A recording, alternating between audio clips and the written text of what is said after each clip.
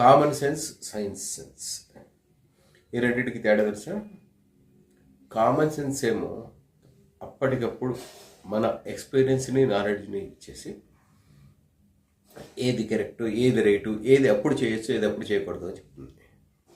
Science sense is with logic and A proof, scientific proof. యూజువల్గా అదే అవుతుంది. అయితే కామన్ సెన్స్లో సహజంగా జరిగేది ఏమిటంటే, మీరు మీ నాలెడ్జ్ని, మీ బ్రెయిన్ని, మీ ఎక్స్పీరియన్స్ని ఎంత గొప్పగా వాడి ఆ సందర్భానికి అనుగుణంగా రియాక్ట్ అవుతారు, రెస్పాండ్ అవుతారు, or how you plan it అనేది కామన్ సెన్స్లో ఉంటుంది. ఇప్పుడు సడన్గా ఎవరికైనా ఒక చిన్న చెస్ట్ పెయిన్ లాంటి, హార్ట్ పెయిన్ లాంటి వచ్చింది అనుకోండి, హౌ యూ రెస్పాండ్ అనేది common sense. Science sense is what impacted him like this అనే దాని మీద ఆలోచిస్తుంది.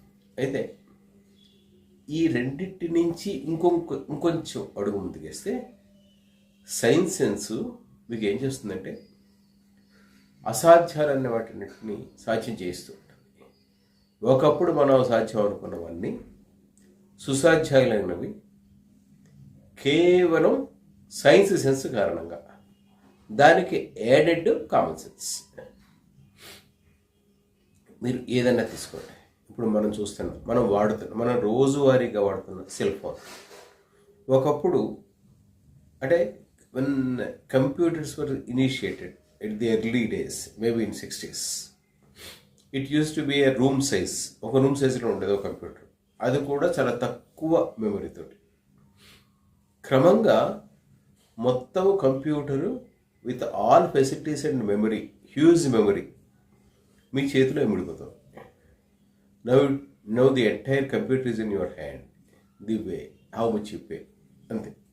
దాని కెపాసిటీస్, దాని పెర్ఫార్మెన్స్ అంతా కూడా మీరు ఎంత పే చేస్తారో దాని కాస్ట్ ఎంత, దాన్ని మీరు ఎంత బాగా వాడుకోగలుగుతారు, అంతే. It is as simple as that. ఇది సైన్స్ సెన్స్ కారణంగా సాధ్యమైంది. సైన్స్ సెన్స్ మీరు ఊహించిన వాటిని మీరు ఎప్పుడూ కలలో కూడా ఇలా జరగచ్చా అనుకోని వాటిని చేస్తుంది. నాకు తెలిసి 2012లో అప్పటికి సోలార్ దీని మీద ఇంకా రీసెర్చ్లు జరుగుతున్నాయి. ఐ థింక్ నాకు క్లియర్ గుర్తులేదు, ఆస్ట్రేలియా ఆర్ యుఎస్, ఎగ్జాక్ట్గా గుర్తులేదు, అది జర్మనీ. ఆ దేశంలో ఒక ఫ్లైట్ని టెస్ట్ చేశారు. ఆ ఫ్లైట్ ఎవరో తెలుసా?